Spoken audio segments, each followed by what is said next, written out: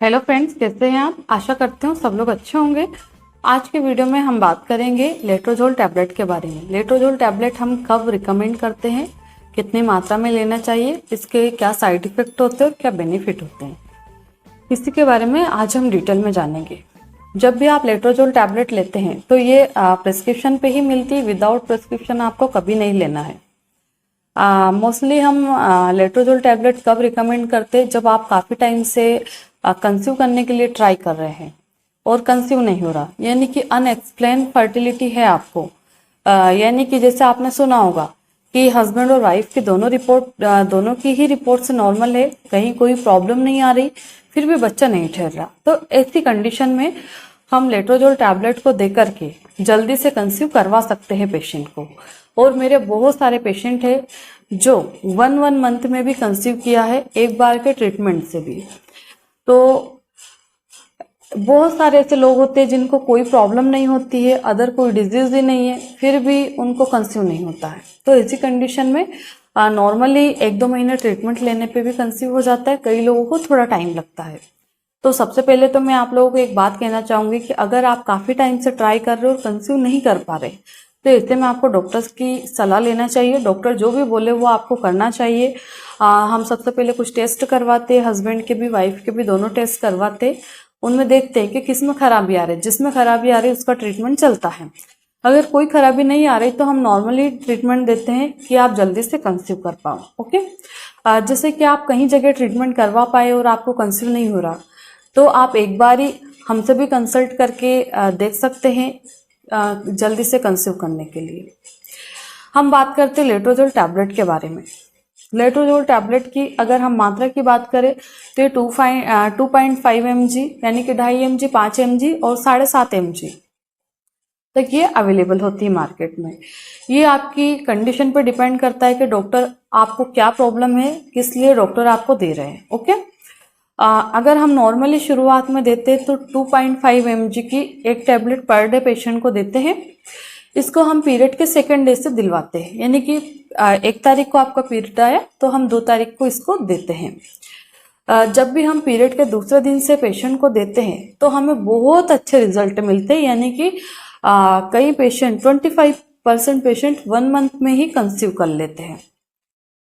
अगर हम इसकी मात्रा की बात करें तो एक स्ट्रिप में ये 5 टैबलेट आती है, तो हम 5 दिन लेने को देते हैं ओनली, यानी कि पीरियड के दूसरे दिन से आपको लेना रहता है, तो पीरियड के 7वें दिन में ये फिनिश हो जाती है। ओके, इसको अगर हम नॉर्मली देते हैं, खाने का जो तरीका रहता है शाम को खाने के बाद में देते हैं, यानी कि 24 घंटे में 1 टैबलेट लेने को रहती है। तो जैसे आप आज 7 बजे ले रहे, 8 बजे ले रहे, तो कल भी सेम टाइम पे लेना है। टाइम ज़्यादा अप डाउन नहीं होना चाहिए। ओके, अब इसके साथ में आपको सावधानी क्या रखना है।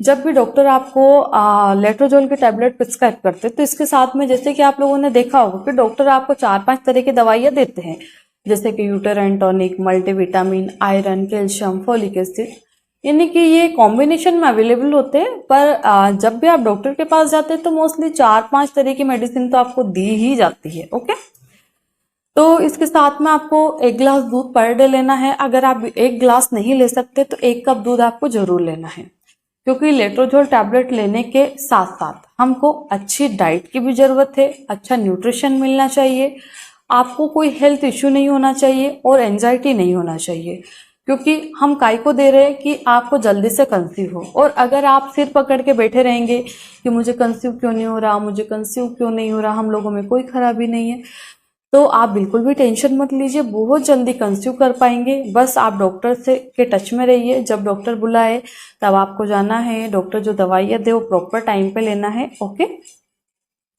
आप लेट्रोजोल आपके पीरियड के 7वें दिन खत्म हो जाती है, तो अभी आपको रिलेशन में कब रहना है, यानी कि जल्दी कंसीव करने के लिए भी तो आपको साथ में रहना पड़ेगा। ओके, तो जैसे ही लेट्रोजोल खत्म होती है उसके 4 दिन बाद से, यानी कि टैबलेट आपकी 7वें दिन खत्म हो जाती है पीरियड के, तो 7 के बाद 8, 9, 10 और 11 यानी कि 4 दिन के बाद में सबसे पहले तो आपको ये पता होना चाहिए कि आपकी पीरियड साइकिल कितने दिन की है। अगर आपकी पीरियड साइकिल एक नॉर्मल है, जैसे कि 30 दिन, 28 दिन, 32 दिन की, तो सबसे पहले तो आपको अपने ओवुलेशन के दिनों के बारे में पता करना है। तो सबसे पहले आपको ये पता होना चाहिए कि आपकी जो पीरियड साइकिल है वो कितने दिन की है, 30 दिन की है कि 28 दिन की है कि 32 दिन की है। अगर आपकी पीरियड साइकिल 28 दिन की है तो आपका जो ओवुलेशन टाइमिंग रहेगा वो पीरियड का 14वां दिन रहेगा। अगर 30 दिन की है तो पीरियड का 16वां दिन रहेगा। अगर 32 दिन की है तो पीरियड का 18वां दिन रहेगा। ओके, तो आपको ये पता कर लेना है कि आपका जो ओवुलेशन का टाइम है वो कौन सा दिन आ रहा है। तो आपको रिलेशन बनाना है ओवुलेशन पीरियड में कम से कम 10 दिन तक। अगर हम रेशियो निकालते हैं 10/10 10/10 का, ठीक है, तो आपको जैसे पीरियड आया वो पहला दिन था तो पीरियड के 10वें दिन तक आपको रिलेशन बनाना है, तो बनाओ नहीं बनाओ। पीरियड के 11वें दिन से लेकर के 20वें दिन तक आपको अल्टरनेट डेज यानी कि एक दिन छोड़ के एक दिन साथ में रहना है। उसके बाद में 21 से 30 दिन के बीच में आपको साथ में रहना है, रहो, नहीं रहना है मत रहो, क्योंकि जो बीच के 10 दिन होते हैं सबसे मोस्ट यही डेज होते हैं जो कि हमारे फर्टिलिटी के लिए माने जाते हैं, या फिर हमारा जो ओवुलेशन होता है कंसीव करने का चांस सबसे ज्यादा इन्हीं 10 दिनों में होता है, पीरियड के 11वें दिन से 20वें दिन के बीच में। ओके, तो जब भी आपकी लेट्रोजोल खत्म होती है उसके 4 दिन बाद से एक दिन छोड़ के एक दिन आपको कांटेक्ट में आना है। और जब भी आपका रिलेशन कंप्लीट होता है उसके बाद में 10 मिनट तक आपको अपने बेड पे लेटे रहना है नॉर्मल पोजीशन में।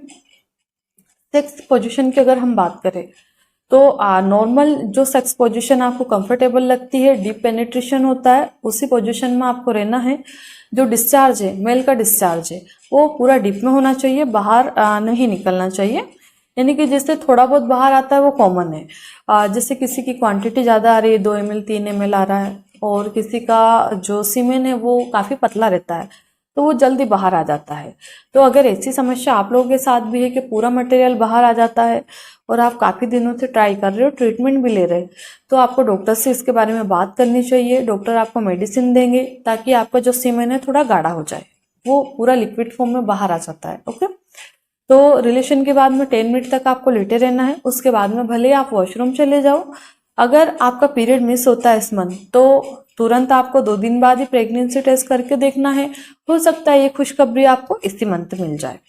और प्रेगनेंसी टेस्ट पॉजिटिव आता है तो फिर डॉक्टर को भी बताना चाहिए ताकि डॉक्टर भी खुश हो कि चलो मेरे पेशेंट को जल्दी से कंसीव हो गया, और आप लोग तो खुश हो ही जाएंगे। ओके, अब आपको साथ में किन चीज़ों का ध्यान रखना है कि जैसे आप ओवुलेशन के लिए हम लेट्रोजोल टैबलेट ले रहे हैं तो इस महीने आपको टेंशन बिल्कुल भी नहीं लेना है।